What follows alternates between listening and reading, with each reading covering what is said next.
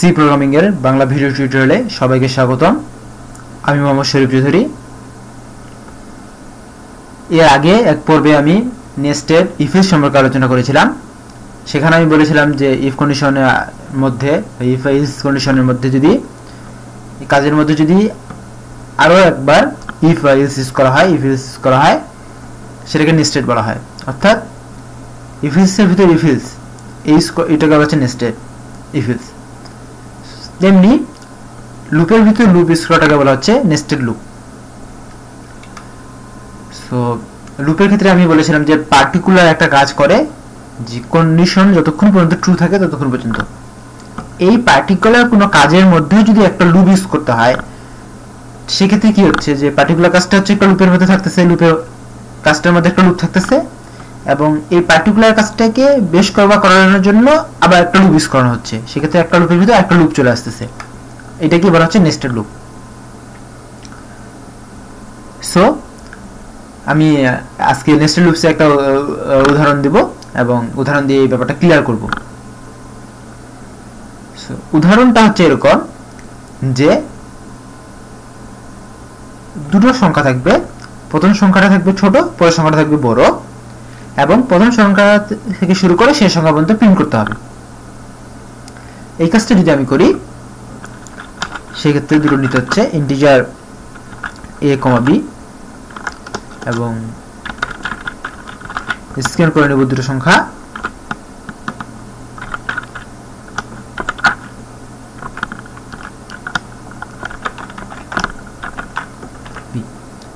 বলেছি প্রথম সংখ্যাটা ছোট হবে, পরের সংখ্যাটা বড় হবে এবং a থেকে b পর্যন্ত প্রিন্ট করবে।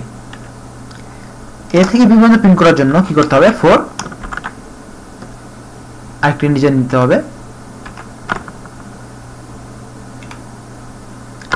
i equal to 0 sorry I equal to a, I less than equal to b এবং i plus plus এবং এর মধ্যে থাকবে যে printf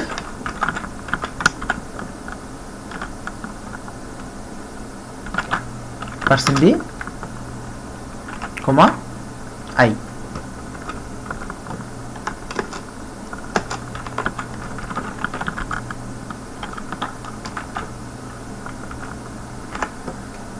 সো এই প্রোগ্রামে যদি আমি রান করি সেক্ষেত্রে কি হবে যে দুই সংখ্যা ইনপুট নেওয়া হবে এবং প্রথম সংখ্যা থেকে শুরু করে শেষ সংখ্যা পর্যন্ত প্রিন্ট করবে। সো রান করি আগে।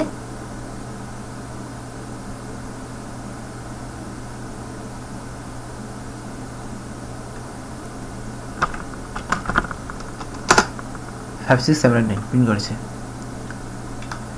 এখন যদি বলা হয় যে এই কাজটা 5 বার করা হবে, অর্থাৎ 5 বার দুটো করে সংখ্যা নেওয়া হবে এবং এক সংখ্যা থেকে শুরু করে এক সংখ্যা মধ্যে প্রিন্ট করা হবে, সেজন্য কি করতে হবে, এই কাজটা 5 বার করতে হবে। এই 5 বার করার জন্য আমাদেরকে আরেকটা লুপ নিতে হবে যেটা 5 বার ঘুরবে। নিচে যে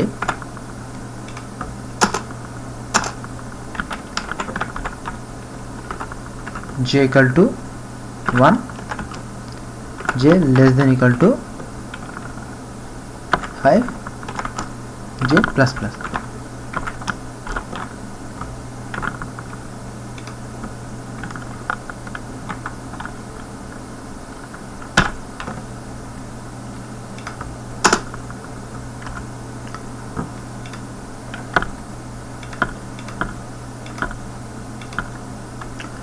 সো এখানে দেখা যাচ্ছে যে এই লুপটা 5 বার ঘুরবে এবং 5 বার দুটো করে সংখ্যা ইনপুট নেবে এবং প্রথম সংখ্যা থেকে শুরু করে শেষ সংখ্যা পর্যন্ত সংখ্যা প্রিন্ট করবে।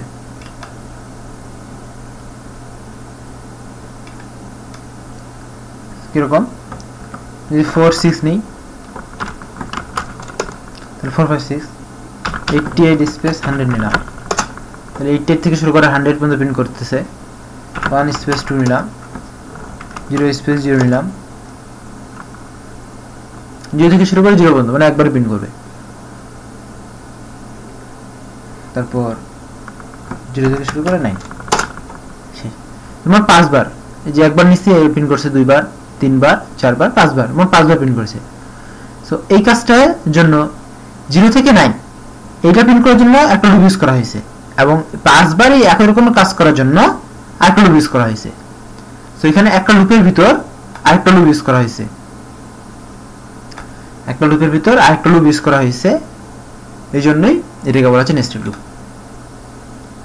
এবং কাজটা হচ্ছে নেস্টেড লুপ। এই কাজটাকে আমি আরেকবার করতে পারি, আরেকভাবে করতে পারি। যেমন এখানে যদি আমি হোয়াইল লিখি A plus plus,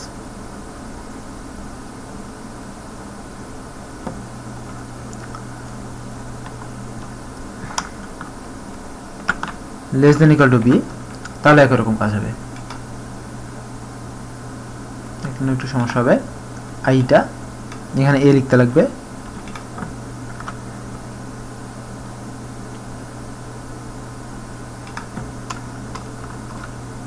a less than equal to b,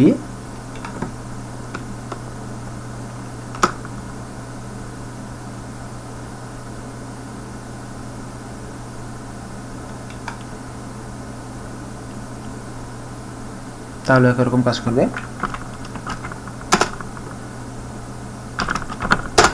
তাহলে এরকম কাজ হবে।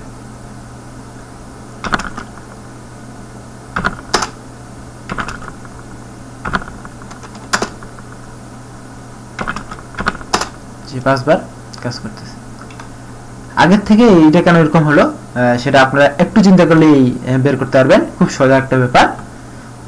আমি এটা নিয়ে আলোচনা করতেছি না, কারণ এই ব্যাপার নিয়ে আমি আগেও আলোচনা করেছি। Increment decrement operator, conditional operator, loop, এটাতে আলোচনা করেছি। আপনারা যদি এই ব্যাপারটা বুঝতে অসুবিধা হয় তাহলে অনুগ্রহ করে আগের টিউটোরিয়ালগুলো একটু দেখবেন, কারণ তার মধ্যে আগের টিউটোরিয়ালগুলোতে কিছু পরিমাণ লেকিংসের কারণে হয়তো তো আপনারা বুঝতে পারতেছেন না, এরকম হবে। তা না হলে এখানে না বোঝার কিছু নেই। সো যাই হোক, নেস্টেড লুপ সাধারণ বেসিক আমি এখানে এতটুকু আলোচনা করার ছিল, এতটুকু আলোচনা করেছি। এইগুলো সম্পর্কে অনেক বেশি কনফিউশন থাকতে পারে, অনেক বেশি জটিলতা থাকতে পারে। সো আমরা এগুলো পরে আরো অ্যাডভান্স কিছু শিখবো, যখন আমরা বিভিন্ন রকমের প্রবলেম সলভ করব, তখন দেখবো যে আসলে এই কাজগুলো কিভাবে করে, তখন ব্যাপারগুলো আরো ক্লিয়ার হবে। আপনারা তারপরেও এই ছোটখাটো বিষয় আপনাদের মনে যেগুলো আসবে সেগুলো প্র্যাকটিস করে যাবেন, যাতে সেগুলো বুঝতে সুবিধা হয়। ধন্যবাদ সবাইকে আমার সাথে থাকার জন্য। দেখা হবে পরের টিউটোরিয়ালে।